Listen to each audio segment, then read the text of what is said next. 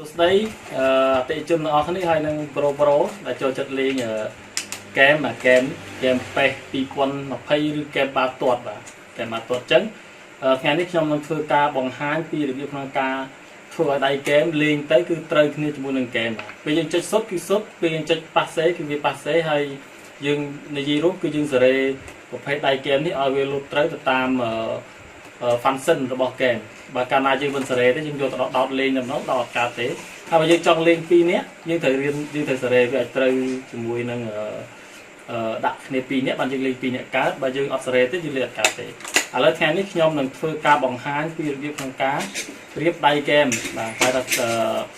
រៀប option វាឲ្យត្រូវជាមួយនឹងហ្គេមហើយនឹង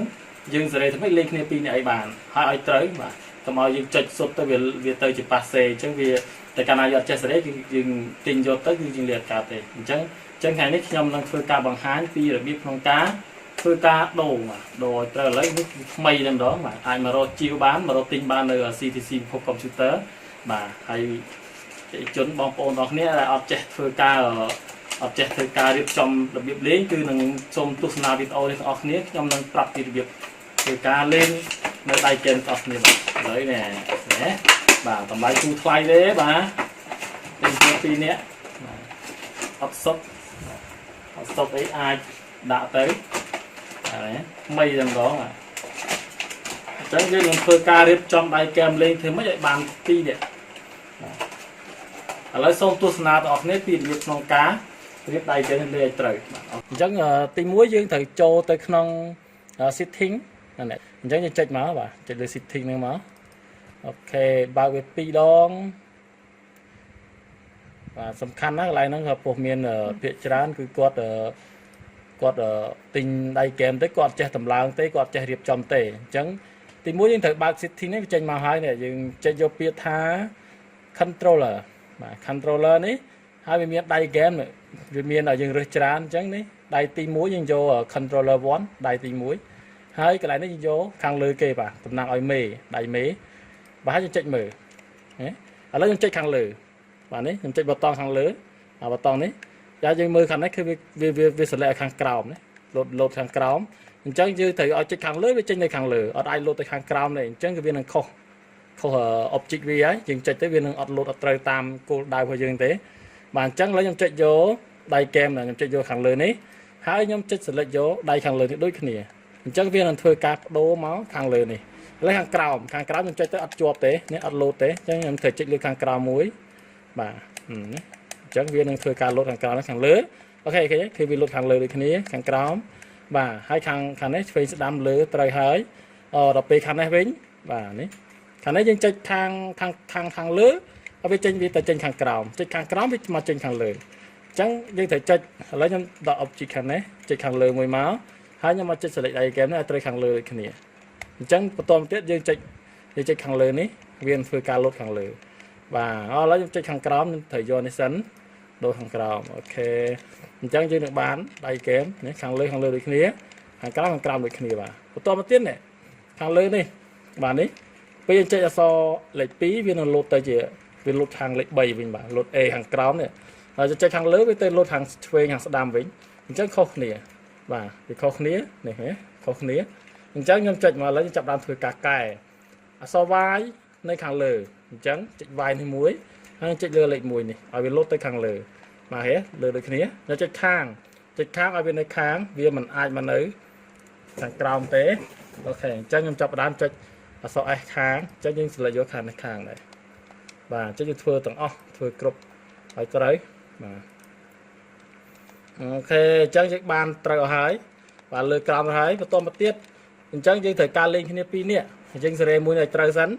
បាទហើយយើងត្រូវអូខេមកតង់សិនអូខេមួយសិនបាទអូខេអញ្ចឹងហើយយើងត្រូវការកំណត់ដៃហ្គេមទី2នេះដៃហ្គេមទី2នេះដើម្បីឲ្យដៃគូយើងមកខាងទៀតអាចលេងត្រូវដូចគ្នាអញ្ចឹងយើងចាប់ដើមកំណត់ដៃហ្គេមទី2យើងត្រូវបើក setting ដូចគ្នាបាទបើក setting បាទអញ្ចឹងយើងចាប់ដើមយក controller ដូចគ្នាបាទបន្តមកទៀតយើងត្រូវដូរនេះអា controller 1នេះអត់អាចនៅ1ទេយើងត្រូវដូរដាក់2បាទ2នេះហើយយើងចាប់ដើមធ្វើការហើយខាងនេះយើងអត់រើសយកលើគេទេត្រូវយកក្រោមគេព្រោះលើយើងរើសយកដៃលើគេហើយអ យើងយកក្រោមក្រោមគេម្ដងហើយចាប់ដើមធ្វើការកែដូចមិញយកខាងលើយកខាងលើខាងក្រោមយកខាងក្រោមបាទដូចគ្នាខាងនេះចុចលើខាងនេះយកខាងនេះដូចគ្នាបាទសេរីដូចគ្នាណាបាទខាងនេះយកដូចគ្នាអូខេខាងនេះចាប់ដើមកែអស់បាទធ្វើអស់ដើម្បីយើងអាចលេងទៅគឺត្រូវតាមស្តង់ដាររបស់យើងតែម្ដងឆ្ងាយទៅនេះបាទកែអូខេឥឡូវយើងចុចមើលតេស្តទាំងអស់គ្នាយើងចុចយកខាងនេះបាទនេះអូខេលើក្រោម face ស្ដាំត្រូវអស់ហើយយើងអូខេតែម្ដងបាទឥឡូវចាប់ដើមចូលលេងអូខេតាចាប់ដើមចូលលេងអញ្ចឹងខ្ញុំចុចលើបេះខ្ញុំមកអូខេចាំមើលថាតើយើងអាចលេងគ្នា2នាក់បានទេចាប់ដើមដាក់ក្រុមលេងហើយអូខេបេះ2020ចាប់ដើមចេញហើយបាទអញ្ចឹងខ្ញុំបន្តិចទៀតខ្ញុំធ្វើការអាប់ដេតនេះវាលោតពាក្យ smoke patch ហ្នឹងហើយវាលោត version បាទលោត version ខាងក្រោមហ្នឹងឥឡូវវាលោតទៅបាត់ហើយខ្ញុំបង្រៀនធ្វើការបដូរខាងនឹងអាប់ដេតថ្មី2020មកតាឥឡូវចាប់ដើមរើសក្រមណាមេណាកូនមកណែគេចេញហើយឥឡូវយើងអស់មកខាងមកតាតាលេងបាន4នាក់មកខាងខាង4នាក់នេះយើងចាំអត់ license អូខេរើសក្រមមកតាចង់លេងក្រមអីយកនៅខាងនោះខ្ញុំស្រឡាញ់ Premier League បាទស្រឡាញ់ Premier League ហើយចូលចិត្តបំផុតគឺ menu ហ្មងបាទទេស្រឡាញ់ menu ជាងគេអូតើស្រឡាញ់ menu អូខេគេឃើញ logo ឃើញអាវគឺស្អាតហ្មងកែបាន